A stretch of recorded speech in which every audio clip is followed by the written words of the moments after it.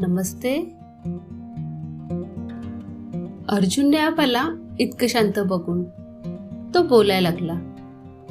मला वाटतंय की तुम्ही इथे नाही राहिलं पाहिजे. कोणत्या तरी हॉस्टेलमध्ये राहिलात तर चांगलं होईल. आभा आता काही म्हणाली नाही. झालेल्या घटनेमुळे ती आतून हलली होती. असं काही पहिल्यांदाच तिच्याबरोबर झालं होतं. ती अजूनही धक्क्यातून सावरली नव्हती. अर्जुन तिचा चेहरा बघत होता. त्याच्या डोळ्यासमोरून पूर्वी झालेला प्रकार जात नव्हता. जेव्हा त्याने आभाचा कप फिरवून फेकला होता तेव्हा सुद्धा ती कांगरून गेली होती. तिचा तो घाबरलेला चेहरा अर्जुनच्या डोळ्यासमोरून जात नव्हता. आज सुद्धा ती घाबरलेल्या हरणीसारखी दिसत होती. मी तुमच्याशी बोलतोय, तुम्ही माझं बोलणं ऐकताय? अर्जुन म्हणाला.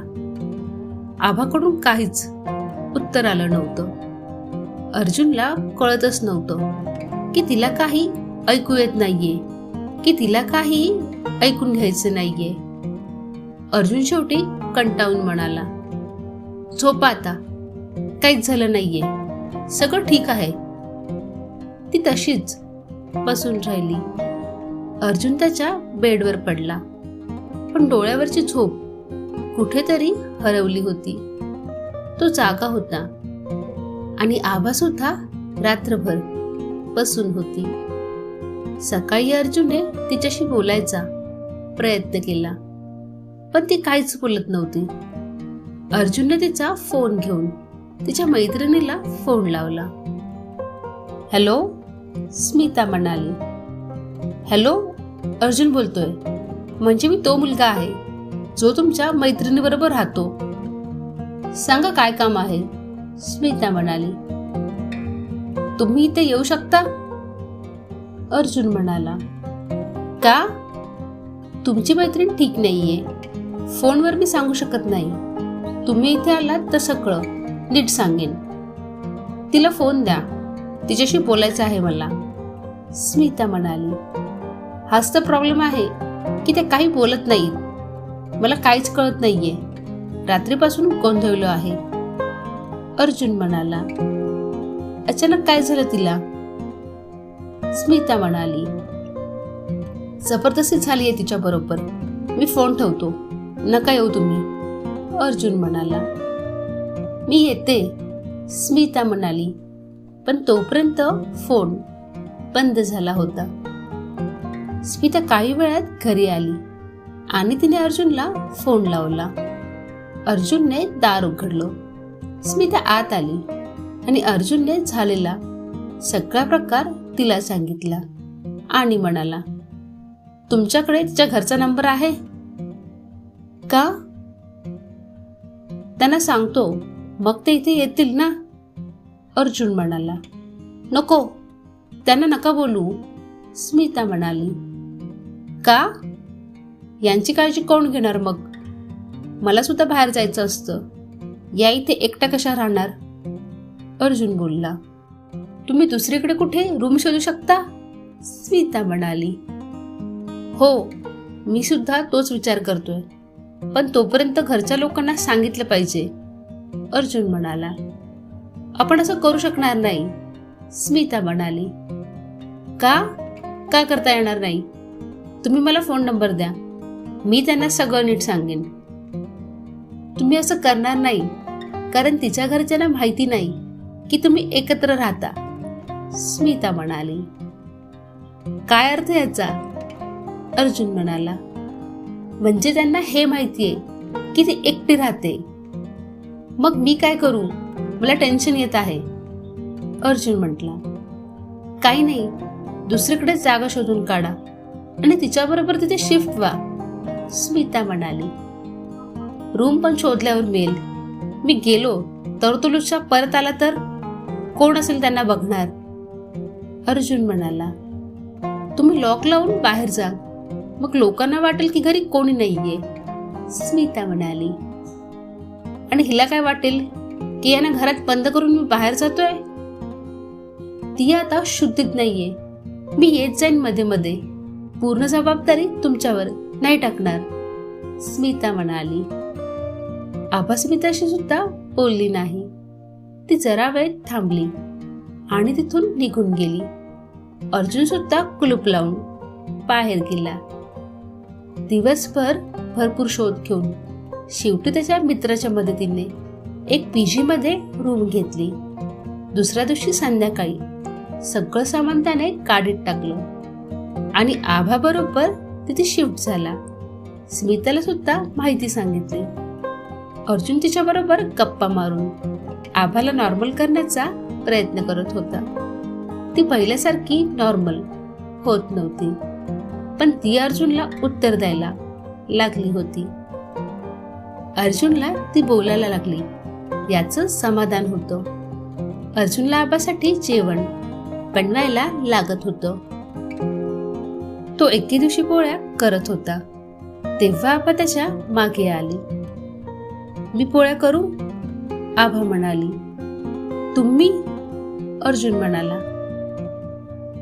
तुम्हाला वाटलं तर करते, आभा म्हणाली. ठीक आहे, अर्जुन म्हणाला आणि बाजूला गेला. त्यानंतर आबाने सगळं स्वतः करायला सुरू केलं. अशाच पद्धतीने सगळं नीट करायचा प्रयत्न करत होता. अर्जुन त्याच्याकडे जे होईल ते करत होता. आधी तो तिच्याशी बोलायचं सुद्धा नाही, पण आता कोणत्याही गोष्टीत मदत हवी असेल तर तो विचारायचा की तुम्ही माझी मदत करू शकाल. आभा सुद्धा हो म्हणून त्याची मदत करत होती. काही घेताना चुकून त्याच्या हाताच्या बोटांचा स्पर्श तिच्या बोटांना झाला तर तो लगेच सॉरी म्हणायचा. स्मिता पण कधी कधी तिथे येत होती. अर्जुनने तिच्या परीक्षेबाबत सुद्धा स्मिताला विचारून घेतलं, म्हणजे परीक्षेच्या आधी तिला नॉर्मल करू शकेल आणि तिच्या डोक्यातून झालेला प्रकार निघून जाईल.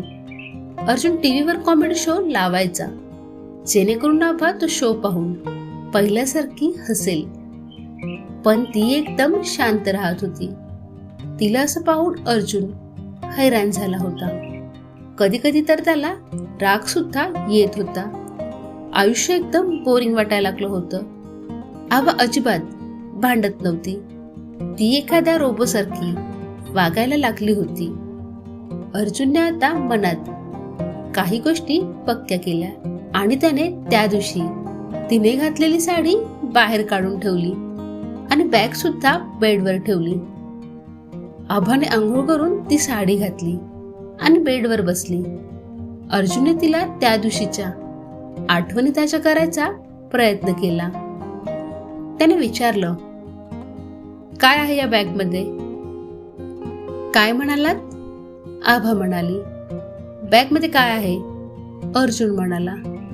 काही नाही, डायरी असेल, आभा म्हणाली. ओढणी नाही? अर्जुन म्हणाला. असेल कुठेतरी, आभा म्हणाली. वरून घ्या, मग छान वाटेल, अर्जुन म्हणाला.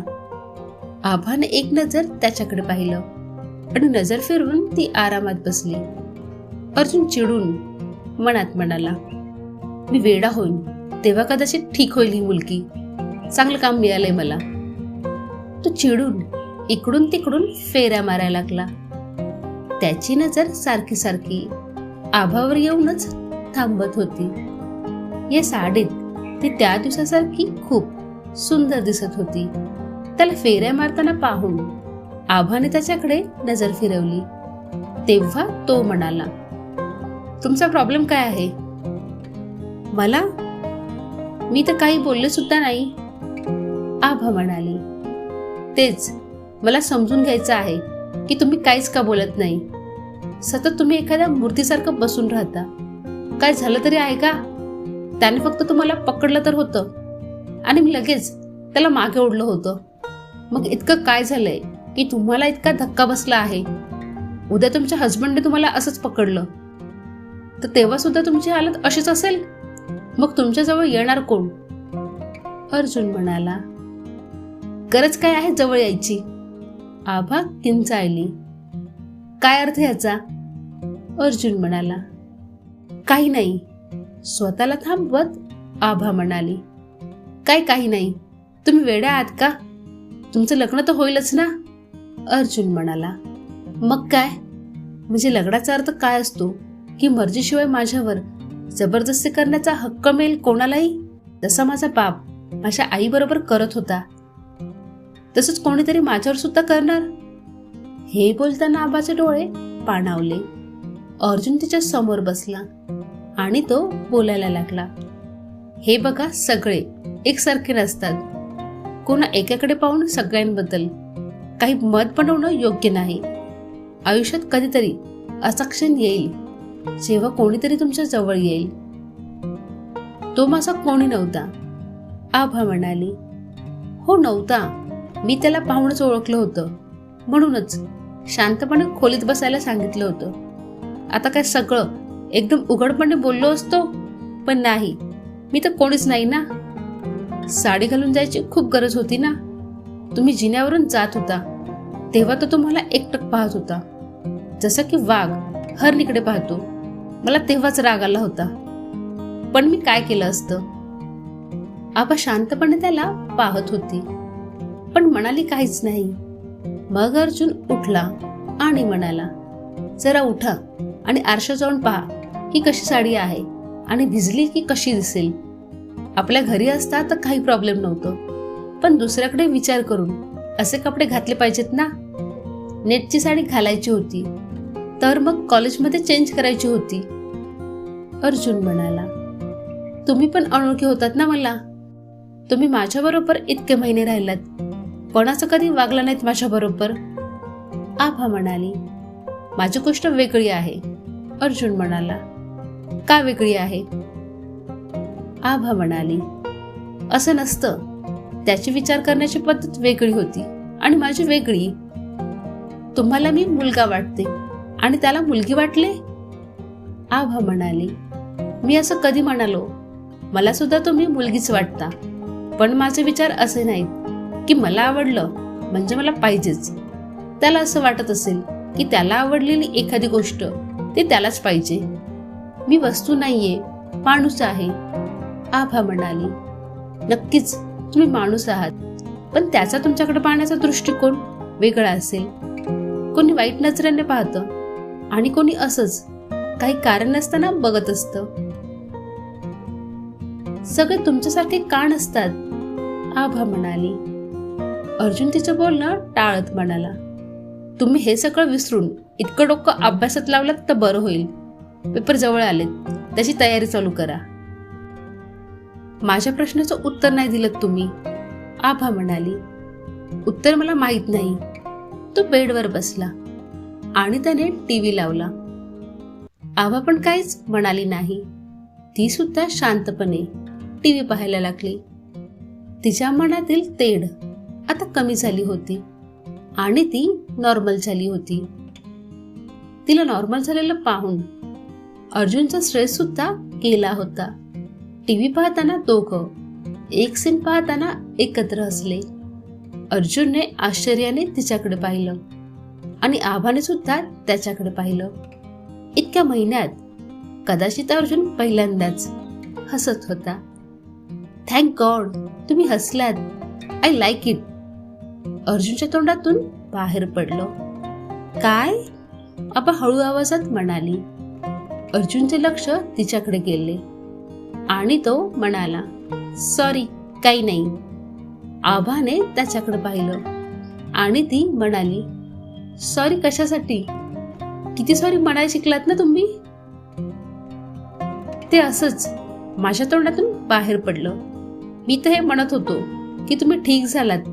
मला आनंद झाला आहे. तुम्ही माझ्यासाठी खूप काही केलं आहे. मी कधीही तुमच्यासाठी काही करू शकले तर मला खूप आनंद होईल. आभा म्हणाली. तुम्ही ठीक झालात, हेच माझ्यासाठी मोठं काम केलं तुम्ही. आभाने हात पुढे केला आणि ती म्हणाली, आता फ्रेंड्स बनू शकतो का आपण? अर्जुनने मान हलवत होकार कळवला, पण त्याने आभा बरोबर हात नाही मिळवला. मग आभा म्हणाली, मला धक्का बसणार नाही. तुम्ही हात मिळवू शकता. अर्जुन आता तिच्या हातावर हात ठेवणार. त्याच्या आधीच कोणीतरी दार वाजवलं. अर्जुन दार उघडायला दरवाजाच्या दिशेने गेला. तर मित्रांनो, उर्वरित कथा पुढील भागामध्ये येईल.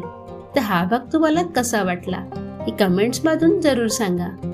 आणि कथा आवडली असेल तर प्लीज तिला लाईक आणि शेअर करा विसरू नका. कथा पाहण्यासाठी खूप खूप धन्यवाद.